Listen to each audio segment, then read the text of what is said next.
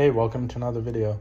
So today we're going to be going into the first battle of Tumbleton, but before we begin, please be sure to like the video, subscribe to the channel, join the Sith Citadel Discord, links in the description, and consider becoming a join member or sending us super thanks if you wish to further support the channel. Otherwise, let's jump straight into it. After the battle in the Honeywine, Lord Ormond Hightower and Prince Daeron Targaryen forced the Oakhearts, Rowans, and the Lords of the Shield Islands to submit to King Aegon.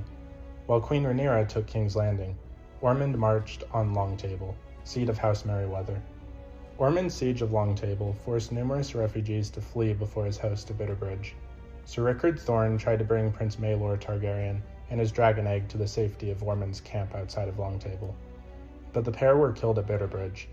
Lady Caswell sent Maelor's dragon egg to Ormond.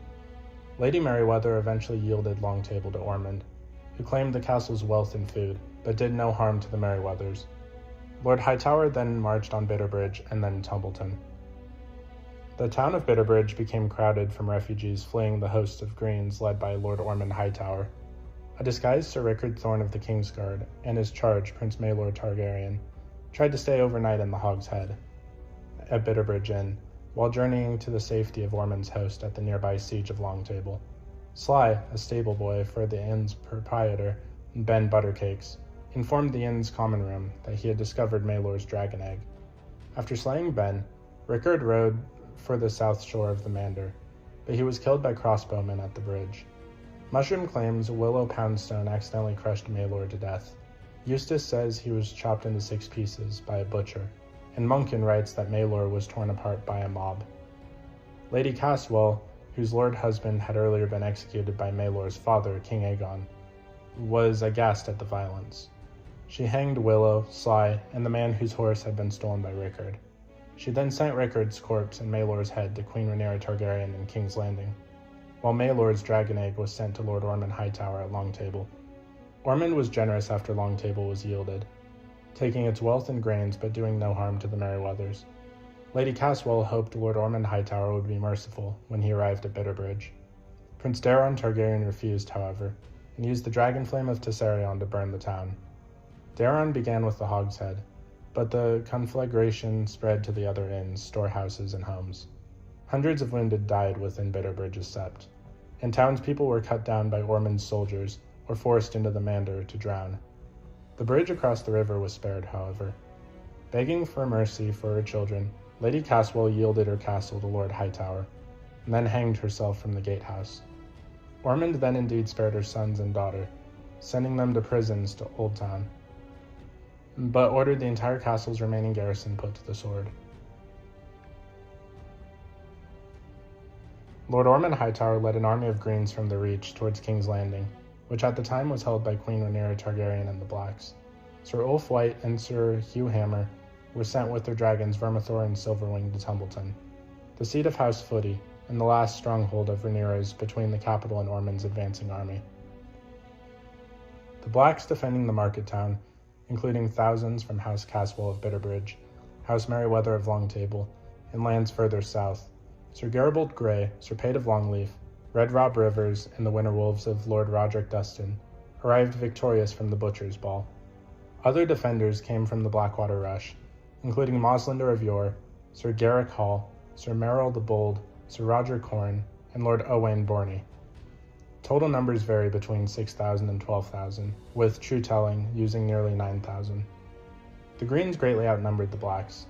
Some Greens infiltrated the town as refugees, and Roger and Owain were secretly loyal to King Aegon. At the start of the battle, Sir Garibaldi Grey led several thousand Blacks against the troops of Lord Ormond Hightower, whose archers thinned Garibaldi's ranks. The bowmen of Rob Rivers defended Garibaldi's men as they retreated from Ormond's heavy horse. Lord Roderick Dustin then led the Winter Wolves out a postern gate against the Hightowers. Although the Northmen were outnumbered 10 to 1, the Winter Wolves managed to reach the commander of the Greens. Roderick slew Ormond and his cousin, Sir Brynden Hightower, before succumbing to his wounds. The appearance of the dragon Tessarion, the mount of Prince Daeron Targaryen, across the field did not dismay Tumbleton's defenders. As Tessarion was smaller than Vermithor and Silverwing, the defenders of Tumbleton thought the battle was won when the Hightowers were killed, but the two betrayers, Sir Hugh Hammer and Sir Ulf White, turned their dragons upon the town. Buildings throughout Tumbleton burned to ash, and thousands burned to death or drowned trying to cross the Mander. Outside of the walls, Sir Pate of Longleaf was unhorsed and trampled, while Garibold was burned by Tesserion's dragon flame. Sir Roger Corn's men opposed Tumbleton's gates to the Greens, and Lord Owain Burney betrayed Sir Merrill the Bold within the town's castle. Lord Footley's men yielded, but they were then bound and beheaded by the Greens. The battle was followed by a chaotic and lengthy sack of Tumbleton by the victorious Green soldiers, who were left leaderless with the death of Lord Ormond Hightower. Women throughout the town were raped, including crones and girls as young as 8, and not even septas and silent sisters were spared. Drunken soldiers killed every male they found, including old men and boys. Homes and shops were looted by bands of Greens, and wealthy townspeople were tortured to reveal hidden fortunes. Even babies were impaled upon spears. Sir John Roxton killed Lord Footy and claimed Sheriff Footley as a prize of war, and Sir Ulf White allegedly raped 3 maidens each night. Prince Daeron Targaryen urged the most senior Hightower at Tumbleton, Sir Hobart, to bring the soldiers under control, but the unremarkable Hobart was unable to. Other nobles squabbled amongst themselves, and Lord Unwin Peake killed Lord Owain Burney during a war council. After hearing of the Battle of Tumbleton and the Black's defeat, Dowager Queen Alicent Hightower is said to have left, promising, "All they have sowed, now they shall reap." Many in King's Landing tried to flee, fearing that the fate of Tumbleton would happen to the capital, but Queen Rhaenyra Targaryen had the Gold Cloak seal the city gates. Remaining at Tumbleton instead of continuing on to King's Landing, the Green Army diminished daily as men deserted with their plunder. Disapproval of the 2 betrayers led to the formation of the Caltropes by highborn nobles, and the Greens then faced Sir Adam Velaryon and an army of rivermen in the Battle of Tumbleton. So what did you guys think of the first Battle of Tumbleton? Please let me know in the comments down below. If you haven't already, please be sure to like the video, subscribe to the channel, join the Sith Citadel Discord, links in the description, and consider becoming a join member or sending a super thanks if you wish to further support the channel. Otherwise, I'll see you in the next video.